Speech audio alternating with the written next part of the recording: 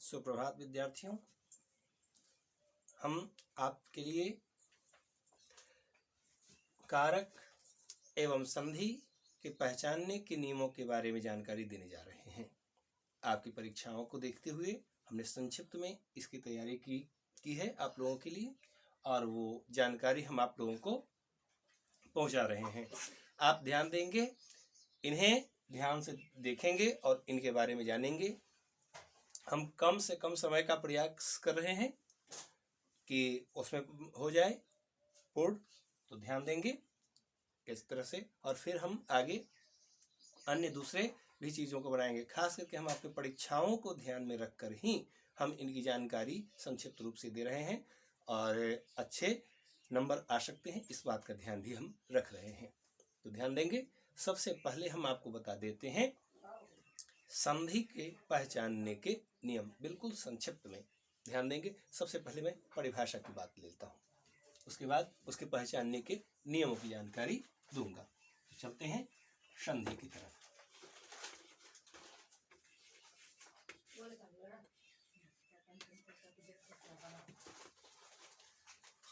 जैसा कि आप जानते हैं इसकी परिभाषा में कि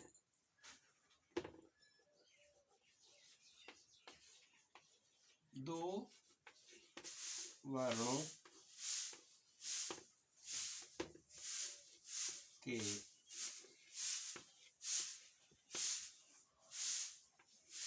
मेल से जो विकार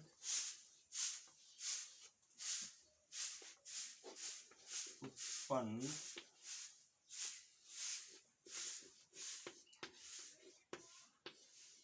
होता है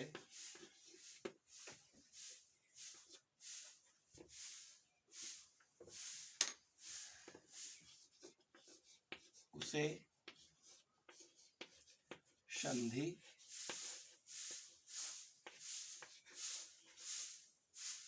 कहते हैं।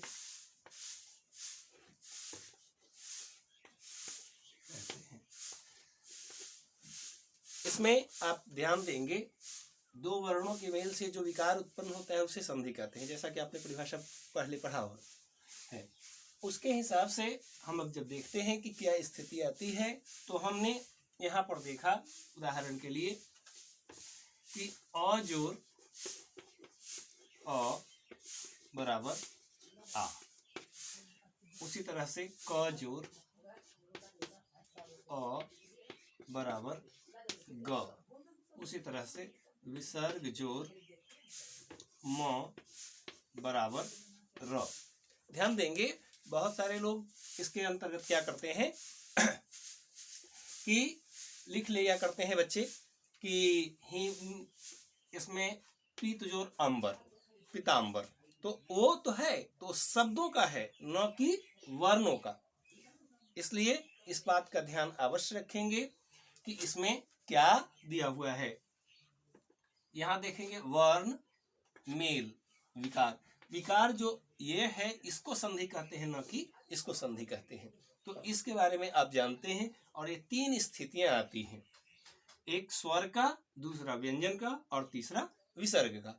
तो परिभाषा के को हम देखते हुए इसमें ध्यान देंगे कि जो स्थिति यहाँ पर आई है, जो स्थिति यहाँ पर आई है और जो स्थिति यहाँ पर आई है, तो इन स्थितियों को हमको देखना है, न कि यहाँ जो तैयार हुआ यही संधि कहलाए, यही विकार हुआ, यही नयापन जो सो की आया है। जो नयापन आता है उस नयापन को ही हम जो सो की संधि कहते हैं। इसलिए संधि ये है, न कि ये संधि नहीं है। ये तो वर्ण है जो मिलते हैं और मिलने के बाद जो बनते हैं परिभाषा के अनुसार, वो यहाँ पर तैयार होते हैं। तो हम आपको बताना चाहेंगे, पहचानने के नियम की जानकारी देने जा रहे थे, तो उसमें सबसे पहले तीन स्थितियां हैं, और इन स्थितियों के हिसाब से आप पहली बात कि संधि के तीन भेद होते हैं। तो संधि के तीन भेद में क्या करना है, आपको ध्यान देना है। यहाँ पर ये जो है, अगर जो पहले स्वर की मात्रा लगी हुई है या स्वर वर्ण लगे हुए हैं,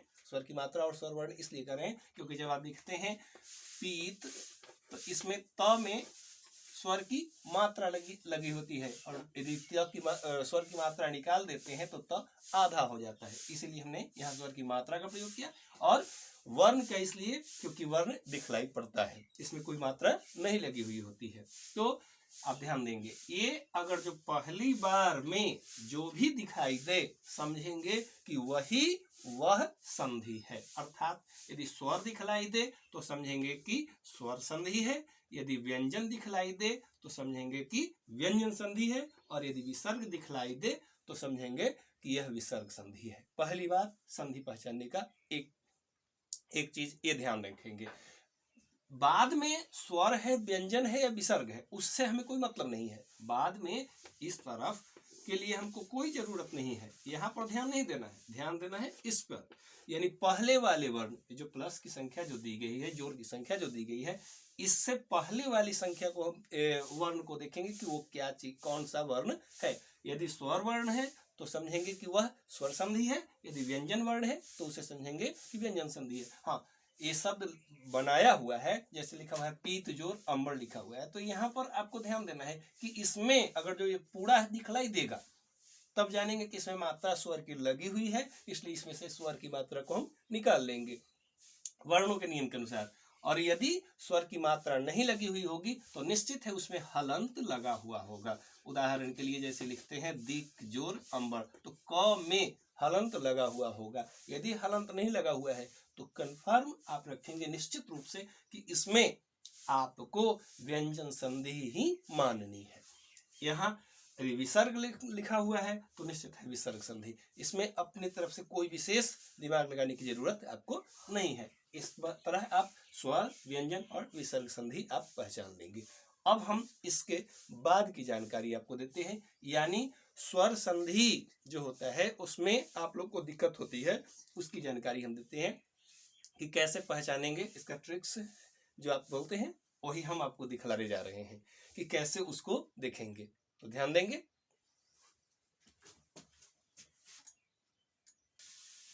हाँ, तो ध्यान देंगे, ये संधि स्वर संधि के पहचानने के नियम है। ऐसा तो क्या करना है, खाली सिर्फ आपको ध्यान देना है यहाँ पर कि किस तरह से चिन्हित किया हुआ है। जो चिन्हित किए हुए हैं उन चिन्हों को देखेंगे। ये देखिए हमने दोनों तरफ चिन्हित किया है, दोनों तरफ चिन्हित करने का मतलब हुआ ये दोनों तरफ होंगे। यहाँ भी देखिए, यहाँ भी देखिए, मैंने इसीलिए यहाँ से लेकर के यहाँ तक, यानी अ से लेकर के री तक। ध्यान देंगे एक बात, मैंने इसका प्रयोग किया है वो स्वर संधि संस्कृत का हो या हिंदी का, दोनों में यह कार्य करेंगे। अब ध्यान देंगे इस बात का कि ये संधि के जो नियम हमने आपको पहचानने के बता रहे हैं, ये स्वर ये जो है संस्कृत में और हिंदी दोनों में समान रूप से कार्य करेंगे। एक चीज का अंतर आएगा, वो है लिरी। तो लिरी जब आएगा तो इस पर ये बहुत ही नगण्य मात्रा में मिलते हैं, ठीक है। तो इसलिए इसके 9 के बराबर शायद कोई उदाहरण मिल जाए तो काफी है, इसका उदाहरण बहुत कम मिलता है, इसीलिए जानबूझकर हम ये गौन कर दिए हैं, आपको मेन यही है। अब ध्यान देंगे यहाँ पर भी री की मात्रा जो है वह ज्यादा है। आपने हरस्व री तक ही पढ़ा होगा, दीर्घड़ी नहीं। तो दीर्घड़ी का प्रयोग संस्कृत में होता है, जब भी आप लिखेंगे तो संस्कृत में। तो सबसे पहले पहचानने का नियम हम दिखला दे कैसे। तो जब दोनों तरफ समान होंगे, यानी अ या आ दोनों में से कोई भी एक से इधर से उधर हो, यानी अ पहले रहे आ बाद में, या आ पहले रहे अ बाद में, या फिर आ दोनों तरफ रहे, तो ये दोनों आपस में ही अगर जो समान रूप से रहेंगे तो इन्हें आप क्या मानेंगे, दीर्घ संधि। जैसे हर्षई आप देखेंगे, पी जोर अंबर, या हिम जोर आलय, या आ जोर आ तो विद्या जोर आलय विद्यालय, इस तरह से बनते हैं। तो ये हो गए स्वर संधि के दीर्घ संधि में। और ये भी हो गए, यहां से देखेंगे हरस्व ई, मुनि जोर इन, या मुनि जोर ईस मुनीस। उसी तरह से देखेंगे भानु जोर उदय भानुदय, और भी बहुत सारे उदाहरण आएंगे। री से तो पितृजोर रीन पितृण। तो इस तरह से आप देखेंगे कि ये अ से लेकर के री तक, यहां तक जो है सो कि आएंगे वो होंगे क्या, दीर्घ संधि, ठीक है। अगला जो है बाद में रहने पर क्या, कहां से, तो हर्षई से लेकर के दीर्घई तक। अगर जो बाद में रहेंगे, यानी बाद मतलब ध्यान रखेंगे जोर का जो चिन्ह है इस चिन्ह के बाद में रहेगा, तब आप क्या करेंगे, उसे मान लेंगे कि गुण संधि है। जैसे आप देखेंगे देवजोर इंद्र, देवेंद्र, तो ई आ गया बाद में, देव अ आया पहले। उसी तरह से यहाँ भी देखेंगे उ, री इत्यादि सभी जगह यही स्थितियां होंगी। अब अगला जो है, यदि ये बाद में रहते हैं, ध्यान देंगे यहाँ अय की मात्रा कुछ लोग लिख लिया करते हैं, तो यहाँ वैसी बात नहीं है, ऊपर कोई मात्रा नहीं होती और अय में एक ही मात्रा होती है, दो मात्रा नहीं होती है। हाँ, व्यंजन में जब जाते हैं तो इसमें एक मात्रा लग जाती है और इसमें दो मात्राएं लग जाती है। वो व्यंजन में, स्वर में ऐसी बात नहीं है, इस प्रकार ध्यान रखेंगे। अगर जो ये बाद में रहेंगे तो क्या बनाएंगे, वृद्धि संधि। उदाहरण के लिए सदाजोर एव, सदैव लिखते ना है, तो वहां पर एक क्या होता है, ए की मात्रा लग जाती है और इस तरह से वे बनाते हैं वृद्धि संधि। उसके बाद देखेंगे आगे, यदि पहले रहने पर मतलब क्या रहेंगे, उदाहरण के लिए देखेंगे ई आपस में, ध्यान देंगे चिन्हित मैंने कर दिया है, ये दोनों यदि आपस में रहेंगे तो जो बनाते हैं सो, ये भी दो जो रहते हैं सो आपस में ही। तो यहां से लेकर के यहां तक, ध्यान देंगे यहां से लेकर के यहां तक सभी वर्ण अगर जो पहले रहेंगे, जोड़ से पहले यदि रहते हैं तो ये सभी क्या बनाएंगे, यन संधि बनाएंगे। जैसे ई जोर आ, या, यानी इति जोर आदि इत्यादि। ई की मात्रा पहले है तो ए इस तरह अगर जो रहेंगे, उ की मात्रा पहले रहेगी तो, या री की मात्रा रहेगी तो, यानी इसमें से कोई भी यदि मात्रा पहले रहेंगे तो क्या बनाएंगे, वो बनाएंगे आपको यण संधि। कोई दिक्कत? अब हम इनके बारे में और भी जानकारी देंगे कि ये बनते क्या क्या है, उसके बारे में भी जानकारी हम आगे देंगे।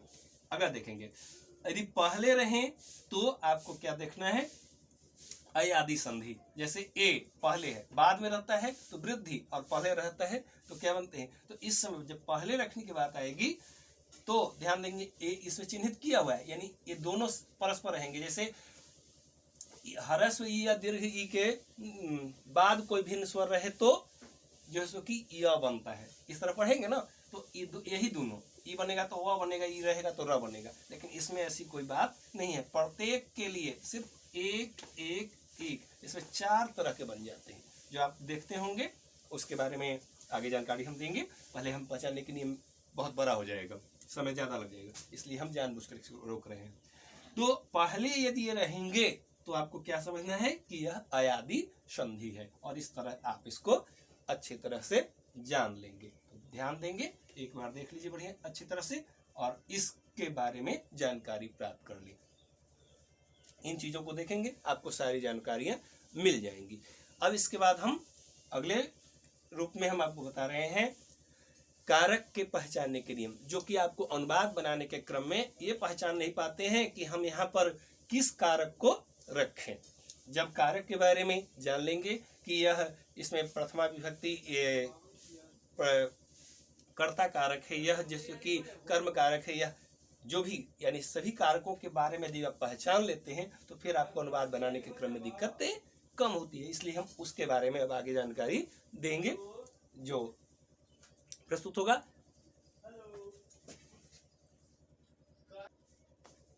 ध्यान देंगे कारक के पहचानने के लिए आप क्या करेंगे कि इस नियम का प्रयोग करेंगे। कैसे?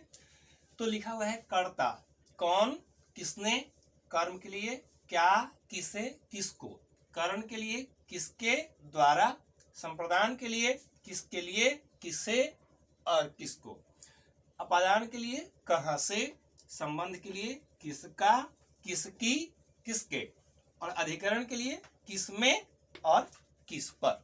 तो ध्यान देंगे इसमें क्या करना है आपको।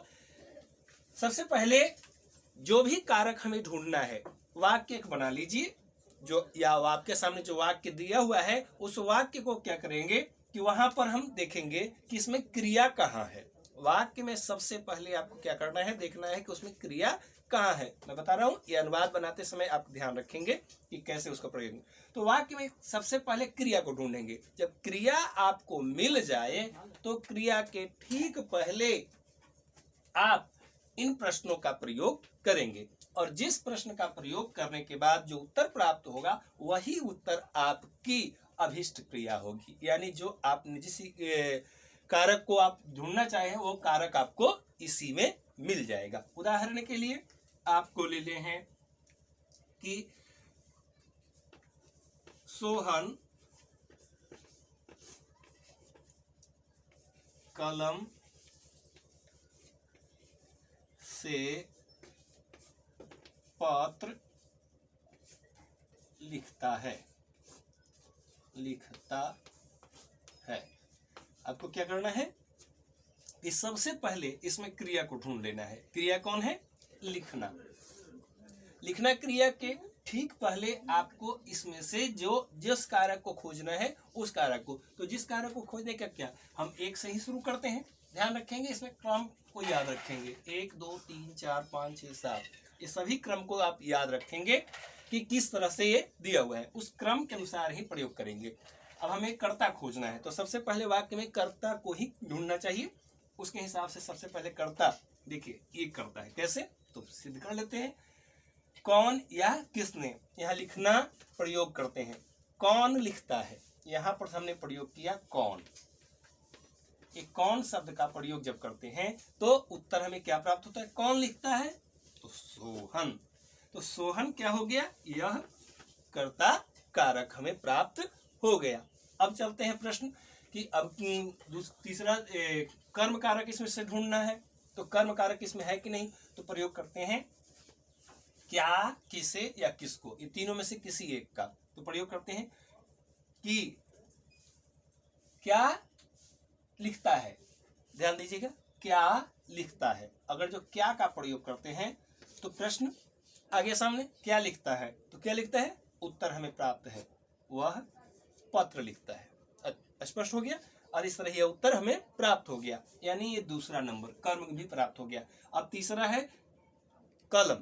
तो कलम, यह मैंने कहा कि ये जो है सो कि करण कारक है। कैसे, तो प्रयोग करते हैं किसके द्वारा लिखता है, यानी किसकी सहायता लेता है और किसकी सहायता लेकर लिखता है। तो किसके द्वारा लिखता है, तो आपको उत्तर मिल गया कि कलम के द्वारा लिखता है। यदि कलम आपके यहाँ पर मिल गया तो एक कारक इस तरह से आपको सभी में जहां भी आप प्रश्न करेंगे और प्रश्न करने के साथ ही आपको ये उत्तर प्राप्त हो जाएंगे और आप आसानी से उस कारक को पहचान सकते हैं। और इस तरह, क्योंकि विद्यार्थियों को यही पहचानने में दिक्कत होती है खास करके कि हम कैसे पहचाने, जानते तो सब है, परिभाषा भी हमें याद है, पर तो हम पहचान नहीं पाते हैं, तो हम कैसे पहचाने। तो इन प्रश्नों का उत्तर, प्रश्नों को ठीक कुछ करना नहीं है, विशेष अपने तरफ से कोई ध्यान लगाना नहीं है। जो इसमें शब्द दिए हैं इसके अलावा भी अपने तरफ से कोई शब्दों का प्रयोग न करेंगे। जो इसमें दिया हुआ है उन्हीं शब्दों का उसके लिए प्रयोग करेंगे और आपका जो उत्तर प्राप्त होगा वह उत्तर आपके द्वारा चयनित कारक होगा। यानी जिस कारक को आप ढूंढना चाहते हैं उसका प्रश्न उसके सामने प्रयोग कीजिए और इस तरह से आप उत्तर प्राप्त कीजिए। अब हम आपको बताते हैं, इसमें एक जगह दिक्कत आप लोग को दिखाई पड़ रही होगी, यहाँ और यहाँ, कि सर यहाँ भी जैसे कि इसलिए तो प्रयोग किया था किसे और किसको में, यहाँ भी और यहाँ भी, तो दोनों में से कब हम मानेंगे कि यह कर्म प्राप्त होगा। तो यहाँ आपको ध्यान दिला देते हैं कैसे। तो आपको क्या करना है कि एक वाक्य ले लेते हैं और वाक्य है धनी धनिक निर्धन को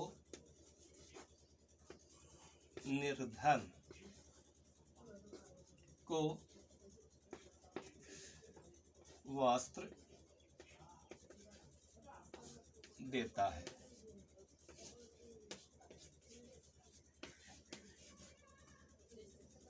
अब क्या करेंगे इस जगह, तो आपको ध्यान देना है कि इसमें हम क्या करें। तो इसके लिए आप इसका प्रयोग करते हैं किसे देता है, तो निर्धन को। किसको देता है, तो निर्धन को। तो उत्तर तो मिल गया। तो सर हमको कर्म में भी है और इसमें भी है, तो इसमें क्या करें, तो याद रखिएगा इसमें देना क्रिया प्रमुख है। यदि देना क्रिया रहेगा वाक्य में तब आप समझेंगे कि वह वाक्य जो देना क्रिया लगा हुआ है, तो देना क्रिया जहां भी मिल जाए वाक्य में तो आप जो प्रयोग करेंगे तो वह आपको जैसे कि संप्रदान कारक देगा। और यदि देना क्रिया के अलावा कोई और क्रिया रहेगी तो आपको जो सो कि कर्म कारक की प्राप्ति होगी। यानी संप्रदान कारक प्राप्त करने के लिए देना क्रिया रहना जरूरी है, तभी हम इसका प्रयोग करेंगे। किससे या किसको, अन्यथा वो दूसरी रहेगी तो आपकी जरूरत नहीं है। उदाहरण के लिए जैसे कि पिता पुत्र के लिए किताब लाता है, तो किसके लिए लाता है आपको यहाँ पर मिल दे जाएंगे, कोई दिक्कत। तो देना क्रिया रहेगा, उसी समय ऐसी स्थिति का प्रयोग करेंगे। तो आप प्रश्न आता है कि तो इसमें कर्म कारक भी तो होगा, तब क्या करेंगे। तो कर्म कारक के लिए आपके सामने है क्या, और क्या शब्द का प्रयोग करके हम उसका प्राप्त कर सकते हैं। किसको प्राप्त कर सकते हैं, कर्म कारक को। ये हो गया संप्रदान कारक और ये हो गया कर्म कारक। क्या का प्रयोग करेंगे, क्या देता है तो वस्त्र देता है, और इस तरह हम प्रयोग कर सकते हैं। अब एक प्रश्न और आपके लिए बता दूं, जब दिक्कत होगी, जैसे वह पटना जाता है, ठीक है, वह पटना जाता है, तो आप क्या प्रयोग करेंगे इस जगह, क्या, किसे और किसको का प्रयोग करेंगे तो क्या उत्तर मिलेगा।